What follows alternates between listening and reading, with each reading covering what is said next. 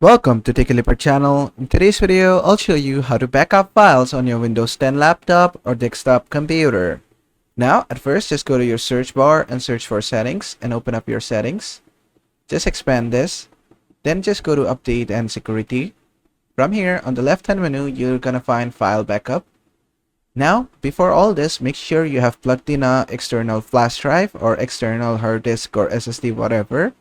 After that, just here under backup using file history, click on add a drive. Make sure to select that external hard disk or flash drive, whatever. It could even be an SSD, just select that one. And after that, just give it some time and make sure automatically backup my files is turned on. And you can go to more options and see what is actually being backed up. Just give it a few seconds, it's gonna load. There you go, everything that is being backed up, you can see right here.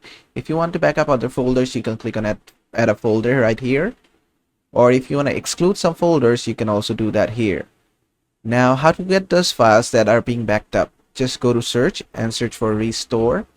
And here you'll find restore your files with file history. Click on open. Now, I have just turned this on. It's going to take some time to save the file history.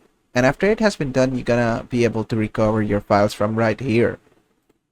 And basically that is it. And that is how to backup files on your Windows 10 laptop or desktop computer. I hope this video was helpful. If it was, please give it a thumbs up and don't forget to subscribe.